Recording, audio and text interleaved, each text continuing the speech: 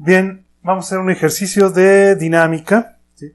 Pero este ejercicio ahora involucra fricción y el texto del problema dice así, que si se le comunica al bloque de la figura, esta que está aquí, cierta velocidad inicial dirigida a lo largo del plano hacia abajo, entonces él se moverá retardadamente hasta detenerse al cabo de recorrer una distancia L1.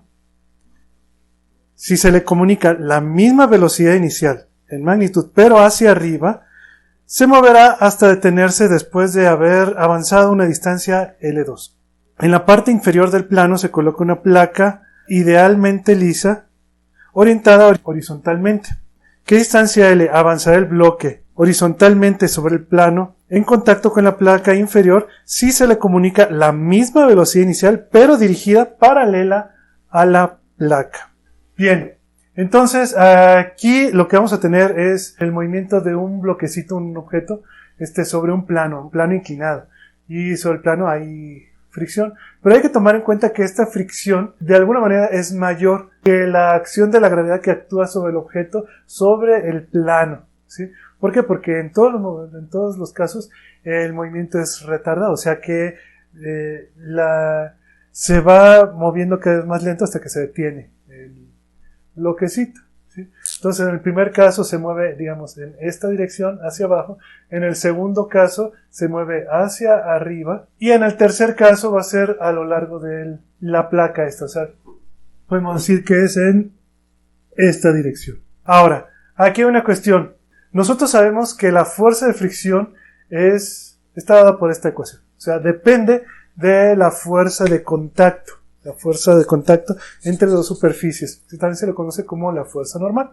Y también depende de las condiciones de rugosidad de las superficies, ¿sí? Eso se puede modelar con un numerito que se le llama coeficiente de fricción. En este caso es un coeficiente de fricción cinético, ¿sí? Porque hay deslizamiento. En las superficies, si no hubiera deslizamiento, entonces se denominaría coeficiente de fricción estático. Aquí no conocemos esto, ¿sí? Y tampoco conocemos la inclinación del plano. O sea que tampoco podemos determinar en cierta forma cuánto vale la n. Pero resulta que en todos los casos, como está sobre el mismo plano, la inclinación es la misma. Y como nosotros ya sabremos de otros ejercicios que habremos hecho básicos, cuando tenemos un plano inclinado y un objeto sobre el plano, entonces sobre este objeto actúan básicamente dos fuerzas, que una es la gravedad, la otra es la fuerza normal perpendicular a la superficie, y bueno, y la fricción, que ya dependería si va hacia arriba o hacia abajo, dependiendo del movimiento. Pero ahorita nada más queremos considerar este caso. Si ponemos nosotros los ejes de tal forma de que es X, esto es Y, entonces esto va a tener cierta inclinación. Y resulta que la fuerza normal, como el movimiento es a lo largo del plano, entonces la fuerza normal pues va a ser tal que equilibre la componente de la fuerza de gravedad que sea perpendicular al plano. Pues esto y esto tienen que ser iguales. Esto básicamente es, en magnitud, es Fg por el coseno del ángulo. Entonces esto y esto tienen que ser iguales, o sea, n tendría que ser igual a el valor de la fuerza de gravedad por el coseno de el ángulo. No conocemos el ángulo, pero resulta que como es el mismo plano, entonces la normal va a ser la misma en todos los casos, porque tenemos la misma inclinación. Entonces la normal va a ser la misma aquí, la normal va a ser la misma cuando se mueve hacia arriba, y la normal va a ser la misma cuando se mueve a lo largo de la placa.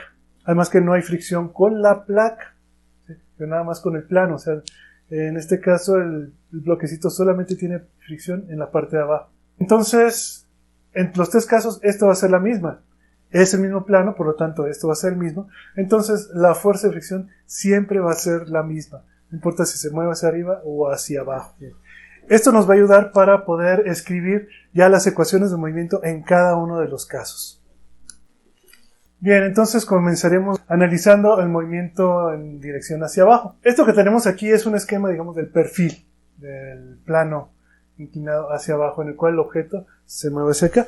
Entonces la fuerza de fricción, como es opuesta al movimiento, será hacia arriba. Esto es la fuerza de gravedad. Hacia acá tenemos la fuerza normal y la fricción. Lo que nos interesa es analizar el movimiento. El movimiento solamente va a ser en dirección a lo largo del eje. Pero resulta que el movimiento es retardado. O sea que si la velocidad es acá, la aceleración va a ser contraria al movimiento. Vamos a dibujarla así. Esta sería la aceleración en el primer caso. Hacia arriba. Además que lo que nos va a interesar en este caso sería la componente de la fuerza de gravedad que esté a lo largo de la dirección del movimiento. O sea, vamos a llamarle FGX. En dirección horizontal podemos escribir la primera ecuación. Nada más en dirección X, la perpendicular no me interesa. Entonces tendríamos lo siguiente.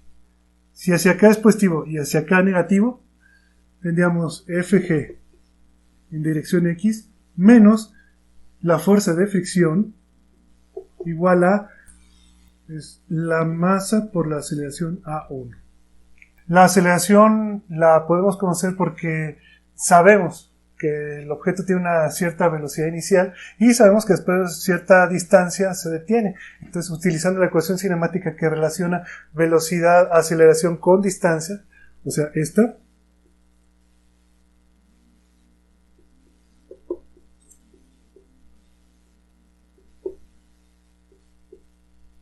donde aquí podemos poner 1, 1.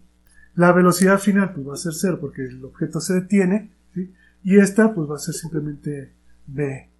Entonces ya podemos encontrar la aceleración A1, que sería A1 igual a menos v cuadrada sobre 2L1.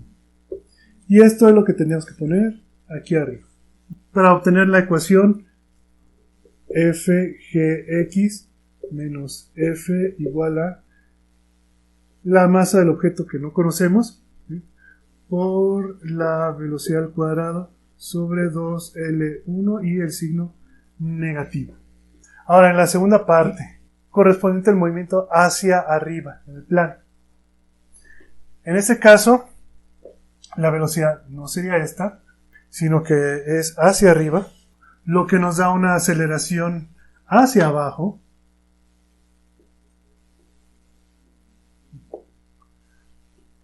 opuesta al movimiento, y por lo tanto lo que nos da una fuerza de fricción hacia abajo,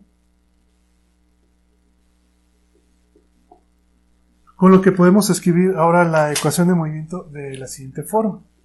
Para el segundo caso sería entonces Fg x más F igual a la masa por la aceleración 2. Y esta aceleración 2 también lo podemos encontrar con la misma relación, pero la diferencia es que aquí tendríamos aceleración 2 y la longitud L2. Por lo tanto, esto lo reescribiríamos como Fgx más F igual a la masa por la velocidad al cuadrado entre 2L2.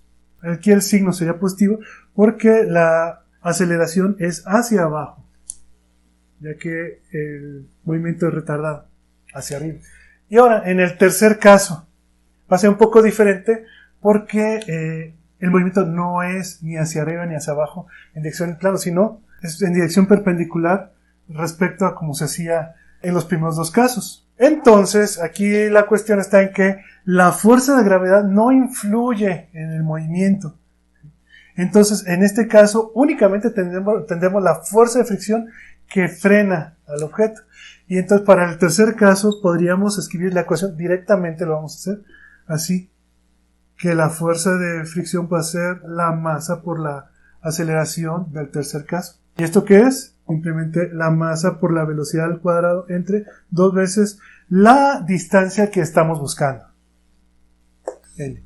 Entonces con esta ecuación y con esta otra ecuación ya podemos encontrar el resultado. De hecho, lo que podemos hacer es estas dos ecuaciones las podemos restar, ya que aquí lo que no me interesa es la fuerza de gravedad, pero sí me interesa F. Entonces esta la podemos cambiar, le podemos cambiar el signo y ahora sí hacer la suma.